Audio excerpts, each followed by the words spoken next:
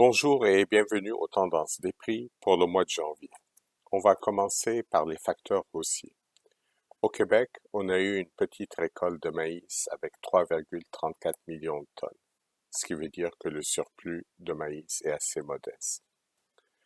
Par ailleurs, les ventes de maïs américain à l'exportation sont en avance de 36% par rapport à l'an passé. Passons maintenant aux facteurs baissiers. Le rapport du USDA du 12 janvier est carrément baissier. Les rendements finaux du maïs et du soya augmentent aux États-Unis. Les stocks des deux grains augmentent pour 2024 et l'USDA a ajusté légèrement à la baisse les deux prix. Par ailleurs, les ventes de soya à l'exportation aux États-Unis sont en retard de 17,5% par rapport à l'année dernière. Autre facteur baissier, l'Ontario a eu une production quasi record de maïs, quoique ils ont eu quelques problèmes de qualité avec de la vomitoxine. Maintenant, il y a plusieurs facteurs à suivre. D'abord, évidemment, le Brésil.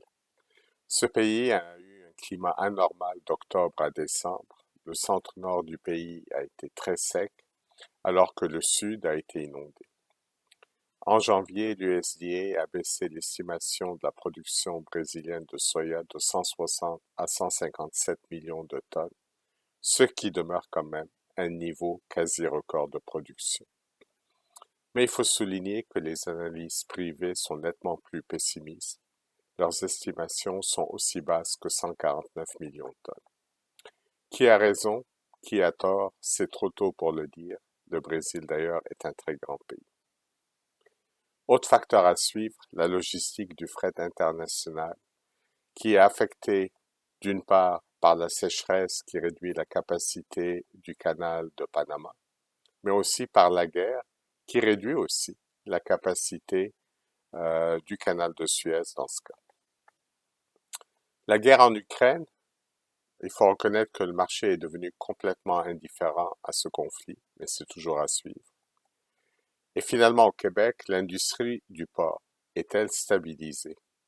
Il y a encore beaucoup d'incertitudes quant à l'impact de la restructuration de cette industrie sur la demande du maïs. Notre scénario des prix maintenant, il est neutre pour débuter 2024.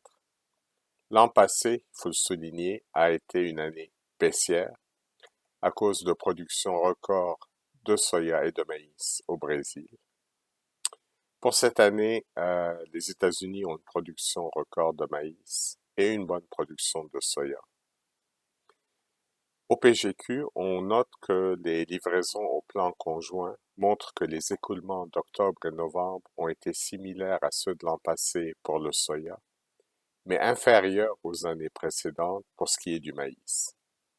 Ce qui nous porte à croire qu'il y a beaucoup de maïs invendu. Alors la question que tous les producteurs se posent, le creux du marché a-t-il été atteint ou pas? Les prix vont-ils remonter? Pour le soya, la réponse dépend en bonne partie de la récolte brésilienne. On finira en disant qu'il y a beaucoup d'incertitudes et qu'une bonne stratégie pour les producteurs pourrait être de profiter des rebonds boursiers pour fermer des prix. Voici ce qui conclut nos tendances pour le mois de janvier. Au plaisir de vous retrouver en février.